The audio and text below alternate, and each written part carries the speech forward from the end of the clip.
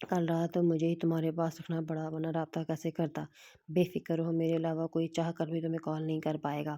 اور ہاں، جس بات کے لیے رابطہ کیا ہے تم سے، صرف 2 دن مائی ڈال، صرف 2 دن اور پھر بس۔ حارث کا میسج پڑھ کر اس نے اپنا موبائل زمین پر دے مارا اور اپنا سر پکڑ کر بیٹھ گئی۔ یہ گنڈا بدماش میرے ہی پیچھے کیوں پڑ گیا ہے؟ کوئی اپنی جیسی ہی ڈھونڈ لیتا، میں تمہاری کبھی نہیں ہو سکتی، سمجھے تم؟ علیشا کو شک تھا کہ ہاتھ نے اس کے کمرے میں کیمرہ لگایا ہوا ہوگا، اس لیے وہ نوٹ پیڈ کے باہر آئی اور لینڈ لائن سے اس نے ارمان کے بابا تم سے ملنا چاہتے ہیں، جلدی آؤ۔ علیشا واپس اپنے روم میں گئی تو ارمان آیا بیٹھا تھا۔ پھر بیٹا صبح نکاح رکھ لیتے ہیں، صرف علیشا کی ضد پر مان رہا ہوں، ورنہ تو پورا مہینہ تو رسمیں وغیرہ ہی رکھنی تھی میں نے، اب صرف سمپل نکاح کرنا ہے۔ میں تم دونوں کا حمید صاحب کی رضامندی ظاہر کرنے پر علیشا لپک کر ان کے گلے لگ گئی۔ علیشا نے شاپنگ پر جانے کا کہا تو حمید صاحب کا کریڈٹ کارڈ لیے شادی کی شاپنگ کرنے چلے گی۔ سب سے پہلے اس نے اپنے لیے ایک موبائل خریدا اور سم کارڈ، تبھی علیشا کو ایک سرخ رنگ کا لہنگا پسند آیا اور وہ اسے ڈن کرتی خریدنے لگی۔ اتنے میں اس کے موبائل پر کال آنا شروع ہو گئی۔ کون ہے یار جو تنگ کر رہا ہے؟ غصے سے اس نے کال پک کی۔ کون ہو تم؟ علیشا، یار تم ہماری شادی کی شاپنگ کر رہی ہو تو دولہے کا بھی تو حق بنتا ہے نا اپنی پسند ناپسند کو بتانے کا، اس لیے کال کی ہے یار۔ سنو، یہ ریڈ نہیں، وہ سامنے موجود وائٹ کلر کا ہے لہنگا خریدو، قسم سے ڈال، نکاح میں تم پر وائٹ کلر کی فراک میں قیامت لگوگی، قیامت۔ Your choice is my fit. انتہائی حقارہ سے کہنے کے ساتھ علیشا نے کال کاٹ دی اور سرخ رنگ کا لہنگا ہی خرید کر باقی کی شاپنگ کی اور واپس اپنے گھر آ گئی۔ علیشا، کاش تم خود مان جاتی، قبول کر لیتی مجھے سمیت میری محبت کو، کوئی نہ کہ مجھے خود بھی اچھا نہیں لگے گا یار تمہارے ساتھ زبردستی شادی کرنا۔ یار میری تو خواہش تھی تمہارے ساتھ دھوم دھام سے شادی کرنے کی، لیکن خیر تم تو بچی ہو، اس لیے اپنے اچھے اور برے کا تمہیں نہیں معلوم، لیکن مجھے تو پتہ ہے نا، کل تم نے میر ہاتھ علی کی بہت بےعزتی کی ڈال، اور اس کی سزا بھی تمہیں ضرور ملے گی۔ اب اسے انتظار تھا تو اپنے اگلے قدم کا، جسے وہ کل انجام دینے والا تھا۔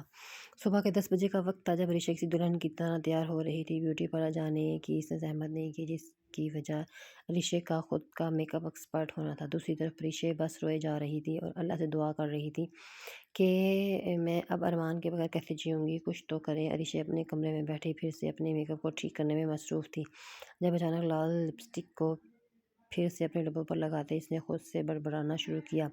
میرے ارمان کو لال رنگ بہت پسند ہے نا، اب اپنے ارمان کی محبت میں تمہیں اوپر سے لے کر نیچے تک لال ہی لال بن گئی ہوں۔ علیشا اپنے کمرے میں بیٹھی تھی، اچانک سے کسی نے کمرے کا دروازہ لاک کر دیا۔ علیشا کے منہ پر اپنا ہاتھ رکھ کر اس کی کمر پر اپنے دوسرے ہاتھ کی گرفت مضبوط کر لی۔ چلو میری جان، ہماری شادی کا وقت ہو رہا ہے۔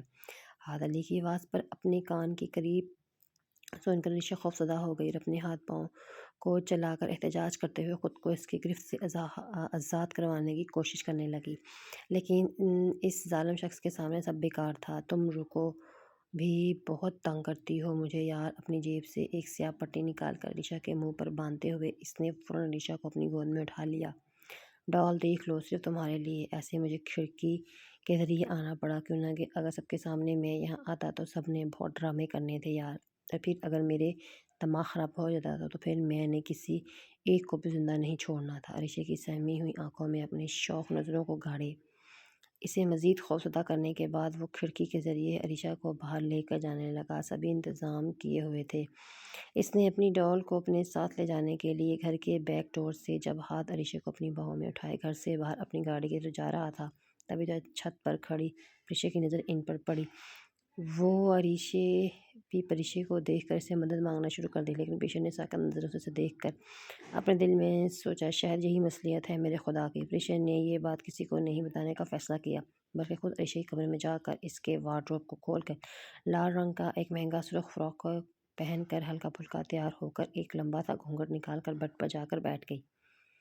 ہاتھ علیشا کو اپنے ساتھ گاڑی میں فرنٹ سیٹ پر بٹھا کر اپنی منزل کی طرف لے جانے لگا۔ علیشا زور زور سے ہاتھ کو مارے جا رہی تھی، جس پر ہاتھ غصے سے اس کے ہاتھوں کو پکڑ کر اپنے قریب کھینچا۔ بس بہت ہو گیا، اگر مجھے غصہ آ گیا اور میرا ہاتھ تھام پر اٹھ گیا تو شاید تم برداشت نہیں کر پاؤ گی، کیوں نہ کہ تم پر پہلے ہی مجھے بہت غصہ ہے اور جو کر رہا ہوں وہ کرنے دو مجھے۔ اب اگر آواز آئی تمہارے لیے بہتر نہیں ہوگا چپ چاپ خاموشی سے بیٹھی رہو، کیونکہ اب ہاتھ علی کے پاس ہو اور مجھ سے دور جانا شاید تمہارے لیے ناممکنات میں سے ایک ہے۔ ہاتھ کی بات سن کر اس نے اپنے منہ پر بندھی پٹی کو کھول لیا۔ تم کتنے گھٹیا انسان ہو، اس طریقے سے کیا تم مجھے حاصل کر لو گے؟ بالکل نہیں، غلط ہے تمہاری یہ سوچ۔ مجھے